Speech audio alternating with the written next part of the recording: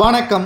பல நாள் திருடன் ஒரு நாள் அகப்படுவான் என்பதற்கேற்ப தற்பொழுது திமுகவின் ஒட்டுமொத்த அமைச்சர்களும் சிறைக்கு செல்வதற்கான ஏற்பாடுகளை பாஜக செய்து வருகிறது. மகாராஷ்டிராவில் காங்கிரஸ் வெற்றியடையும் என்று கருத்து கணிப்புகள் வெளியிட்டு வந்த நிலையில் அதை அனைத்தையும் தவிடுபடியாக்கும் விதமாக இமாலய வெற்றியே பாஜக கூட்டணி அடைந்துள்ளது. மேலும் ஆட்சியையும் தற்பொழுது அமைக்க உள்ளது.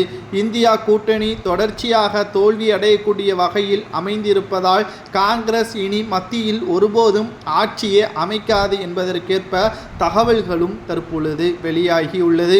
இந்த ஒரு சூழலில்தான் தற்பொழுது அதானி குழுமம் செந்தில் பாலாஜி மூலமாக மின்சார ஊழல் பல கோடிகள் விலை போகப்பட்டதாகவும் இந்தியாவின் பொருளாதார வளர்ச்சிக்கு தடையாக இவர்கள் செய்ததாகவும் தேச துரோக வழக்கு பதிவு செய்யுமாறு பாஜக அரசிடம் பல்வேறு நடவடிக்கைகள் அனுப்பப்பட்டு இருப்பதால் அமலாக்கத்துறை அதிகாரிகள் மூலமாகவும் சிபிஐ துறை அதிகாரிகள் மூலமாகவும் இந்த வழக்கு விசாரணைக்கு வரவுள்ளது.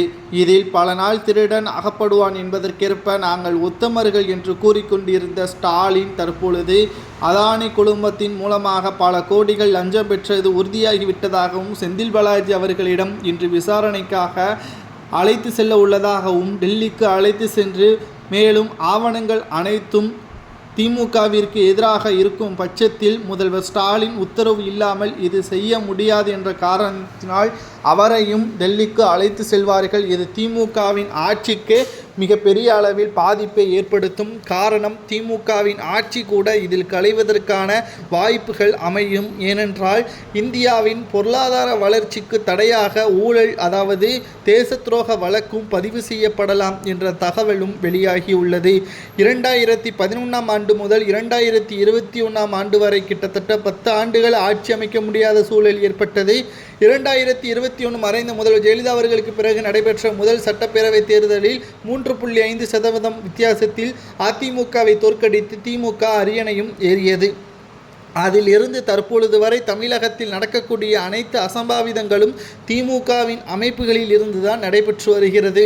ஒட்டுமொத்த பல நாள் திருடன் அகப்படுவான் என்பதற்கேற்ப அதானி குழுமத்தில் ஊழல் நடைபெற்று இருப்பதன் மூலமாகவும் இதில் இவர்களுக்கும் தொடர்பு இருப்பதன் காரணமாகவும் ஒட்டுமொத்த அமைச்சர்கள் கூட்டமும் சிறைக்கு செல்லலாம் அல்லது ஆட்சியை கலைக்கப்படலாம். இந்த வழக்கு மகாராஷ்டிரா பாஜக அமைச்சரை தேர்வு செய்த பிறகு இந்த வழக்கு விசாரணைக்கு ஏற்றுக்கொள்ளப்படும். பாஜக மும்முரமாக தென் மாநிலங்களை கைப்பற்றுவதற்கான வேலைகளில் இறங்கியுள்ளதும் குறிப்பிடத்தக்கது. இவர்களுக்கு என்ன தண்டனை வழங்கினால் இதுபோன்ற தவறுகள் மீண்டும் நடைபெறாது என்பதை கமெண்ட் வாயிலாக கூறுங்கள்.